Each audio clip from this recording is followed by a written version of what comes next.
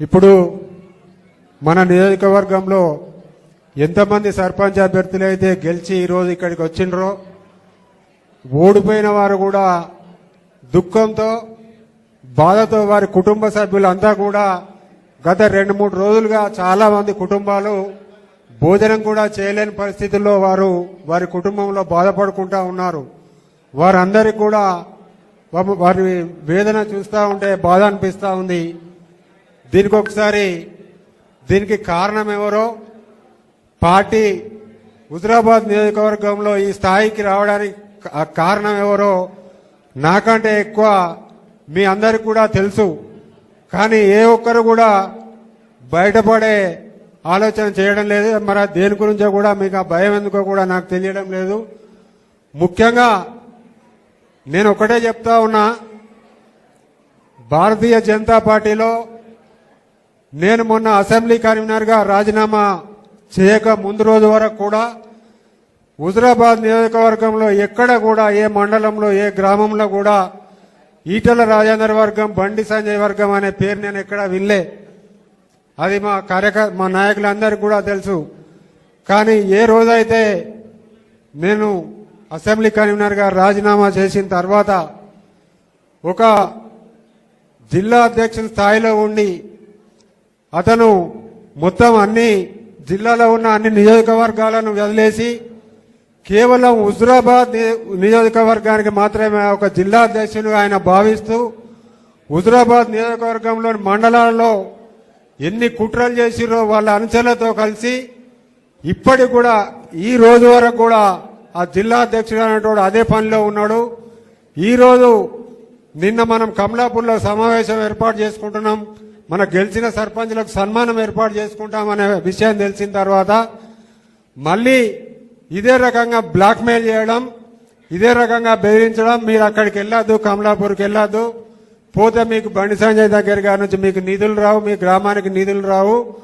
ఇగో ఇలాంటి ఫోన్ కాళ్లతోటి వాళ్ళని ఇబ్బంది పెడితే గెలిచిన సర్పంచులు కూడా ఇంకొందరు మనోవేదనకు గురై వాళ్ళు కమలాపూర్కు రావన్నా కరీంనగర్కు పోవన్నా అనే బాధలో వాళ్ళు ఏం మాట్లాడలేని పరిస్థితి. ఇలాంటి దౌర్భాగ్య పరిస్థితి మన నియోజకవర్గంలో నెలకొన్నందుకు చాలా సిగ్గుగా అనిపిస్తా ఉంది. స్వయంగా నేను ఒకటే మాట చెప్తా ఉన్నా, జిల్లా అధ్యక్షునిగా ఇతర 2 ప్రతిపక్ష పార్టీలతో కలిసి ఇక్కడ సర్పంచ్ ఎలక్షన్లలో కొట్లాడినప్పుడు నువ్వు ఏ స్థాయిలో వారికి పోటీ ఇవ్వనో నీకు తెలియదా? జిల్లా అధ్యక్షుడిగా నేను డిమాండ్ చేస్తా ఉన్నా, కేవలం నీ స్వంత గ్రామం నర్సింగాపూర్లో భారతీయ జనతా పార్టీకి వచ్చిన ఓట్లు 22 ఓట్లు. అది వింటే నర్సింగాపూర్ అనే గ్రామంలో భారతీయ జనతా పార్టీ సర్పంచ్ అభ్యర్థికి వచ్చిన ఓట్లు 22 ఓట్లు. నీ సత్తా ఏందో, నీ కెపాసిటీ ఏందో ఇప్పటికైనా రాష్ట్ర నాయకత్వం, రాష్ట్ర అధినాయకత్వం గుర్తించాలి. రాష్ట్ర అధ్యక్షుడు రామచంద్రరావు గారు కూడా జిల్లా అధ్యక్షుని పనితీరు ఎంత ఉంది, ఎలా ఉంది ఒకసారి మీరు నిజ నిర్ధారణ కమిటీ వేసి హుజురాబాద్ నియోజకవర్గానికి పంపించి ఇక్కడ పరిస్థితి తెలుసుకోవాలని నేను మీ సభా వేదికగా రామచంద్రరావు గారిని కోరుతా ఉన్నా. అలాగే నా సొంత నియోజకవర్గం గురించి కాదు, ఓన్లీ నా సొంత మండలం వీణవెంక గురించి చెప్తా ఉన్నా. వీణవెంక మండలంలో 26 గ్రామ పంచాయతీలుంటే ఓన్లీ 2 గ్రామ పంచాయతీలకు మాత్రమే పాత బీజేపీ అనే నాయకులు పోటీ చేయడం జరిగింది. అది ఒకటి కనపర్తి, రెండవది చల్లూరు దగ్గర ఇప్పలపల్లి అనే గ్రామం. ఈ కనపర్తి అనే గ్రామంలో పనిచేసిన ఆలేటి శ్రీనివాసరెడ్డి ఆయన కూడా నిన్న రీసెంట్ గా రాజీనామా చేయడం జరిగింది. ఒక వీడియో కూడా రిలీజ్ చేశారు, అది కూడా మనం అన్ని వీడియోలలో చూసే ఉన్నాం. ఆ గ్రామంలో ఆయన బీజేపీలో ఉన్నప్పటి నుండి కూడా ఒకే ఒక కార్యకర్త, ఒక 28 సంవత్సరాలుగా ఆ ఊర్లో ఉన్నది ఒకే ఒక కార్యకర్త, బీజేపీ కార్యకర్త. ఏదైతే ఈటల రాజేంద్ర అన్న గారు టీఆర్ఎస్ నుండి బయటకు వచ్చిన తర్వాత భారతీయ జనతా పార్టీలో చేరిన తర్వాత ఆ ఊర్లో 100 మంది బీజేపీ కార్యకర్తలు తయారయ్యారు. నిన్న ఆయన శ్రీనివాసరెడ్డి అనే వ్యక్తి మన భారతీయ జనతా పార్టీ తరఫున సర్పంచ్ అభ్యర్థిగా పోటీ చేసిండు. పోటీ చేసి వారు కూడా రాజేంద్ర అన్న ఆశీర్వాదం తీసుకొని, అన్న నేను కంపర్తి గ్రామంలో ఉన్న ఒకే ఒక్క పాత బీజేపీ నాయకుడిని, నేను మీ ఆశీర్వాదంతో, మీ కార్యకర్తల ఆశీర్వాదంతో పార్టీలో అందరినీ కలుపుకొని పోతా ఉన్నా. ఈసారి నేను సర్పంచ్ అభ్యర్థిగా పోటీ చేస్తా ఉన్నా అన్న, నాకు మీ ఆశీర్వాదం కావాలంటే కూడా రాజేంద్ర అన్న గారు, శ్రీనివాసరెడ్డి నువ్వు తప్పకుండా పోటీ చేయి, మా వాళ్ళు ఎవరు పోటీ చేయరు, మా అందరి సహాయ సహకారాలు నీకే ఉంటాయని చెప్పిన రోజు వారు చాలా సంతోషపడి నాకు కూడా ఫోన్ చేసి చెప్పడం జరిగింది. అలాంటి విషయం తెలుసుకున్న తర్వాత ఈ జిల్లా అధ్యక్షుడు అంటే ఆయనే, మనం ఎన్నికల చివరి రోజు, ప్రచారం చివరి రోజుల్లో మనం వేణువెంక మండలంలో మేము 14 గ్రామాలకు రాజేంద్ర అన్న గారి ప్రచారం షెడ్యూల్ ఇవ్వడం జరిగింది. 15 తారీఖు రోజు మనం షెడ్యూల్ ఇచ్చిన విషయం తెలుసుకున్న జిల్లా అధ్యక్షుడు వాళ్ళ టీం 14వ తారీఖు రోజు రాత్రి నుండి ప్రతి గ్రామానికి వాళ్ళు డైరెక్ట్గా వెళ్ళడం కావచ్చు, లేకపోతే ఫోన్లలో బ్లాక్మెయిల్ చేయడం కావచ్చు.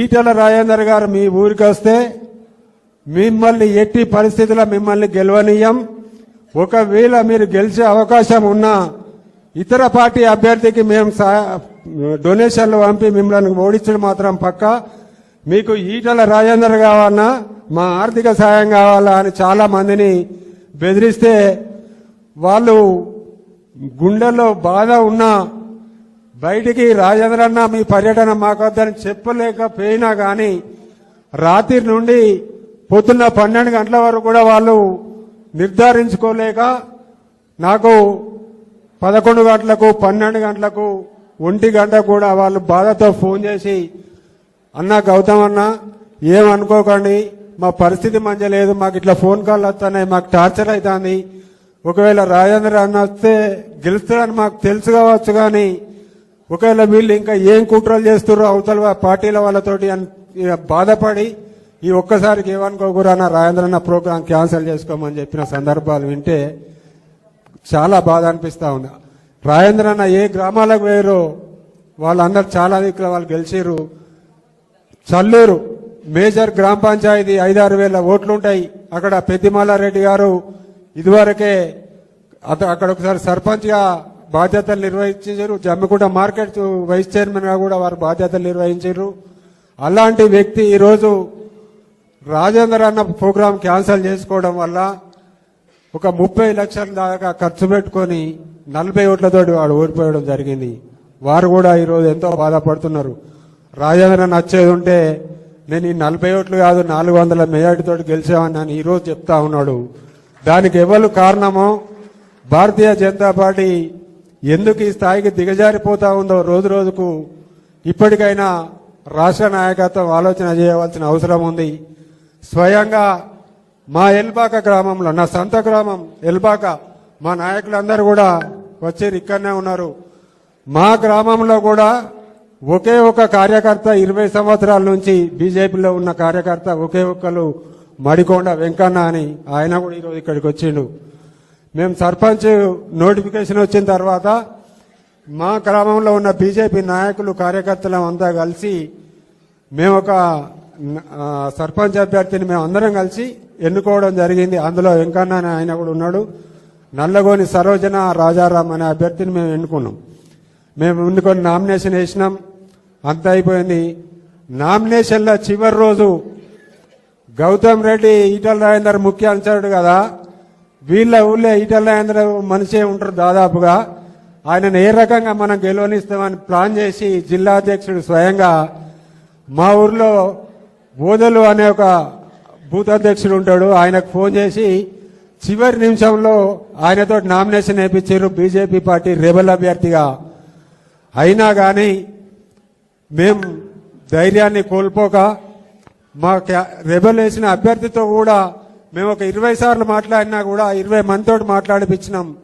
ఎంత మాట్లాడినా ఆయన వెనుకకు తగ్గలేదు.